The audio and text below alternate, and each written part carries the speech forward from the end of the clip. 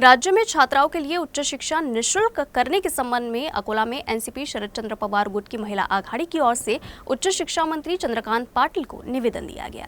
मुख्यमंत्री एकनाथ शिंदे के जन्मदिन के अवसर पर ये घोषणा की गई कि आगामी शैक्षणिक वर्ष 2024-25 से महाराष्ट्र में उच्च शिक्षा प्राप्त करने वाली किसी भी छात्रा जिसके माता पिता की वार्षिक आय 8 लाख से कम है, उन्हें कोई शैक्षणिक शुल्क नहीं भरना पड़ेगा, जिससे महाराष्ट्र के जरूरतमंद छात्राओं में खुशी का माहौल है। उच्च शिक्षा जैसे इंजीनियरिंग, मेडिकल, लॉ आदि के लगभग 682 पाठ्यक्रमों और 200 नए शुरू किए गए पाठ्यक्रमों, इस प्रकार लगभग 850 पाठ्यक्रमों पर ये छूट लागू होगी।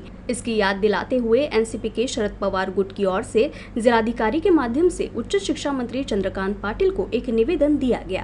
तर गेल्या 9 फेब्रुवारी 2024ला माननीय मुख्यमंत्री एकनाथजी शिंदे यांच्या वाढदिवसानिमित्त आपल्या महाराष्ट्र राज्याचे उच्च व तंत्र शिक्षण मंत्री आदरणीय चंद्रकांतदादा पाटील यांनी असे वक्तव्य केले होते की ज्या मुलींच्या वडिलांचे म्हणजे पालकांचं जे वार्षिक उत्पन्न आहे हे वार्षिक उत्पन्न 8 लाखापेक्षा कमी असेल अशा मुलींना उच्च शिक्षणासाठी मोफत शिक्षण दिले जाईल, म्हणजे शैक्षणिक शुल्क हा त्यांना राहणार नाही आणि अशा मुलींना मोफत शिक्षण मिळेल।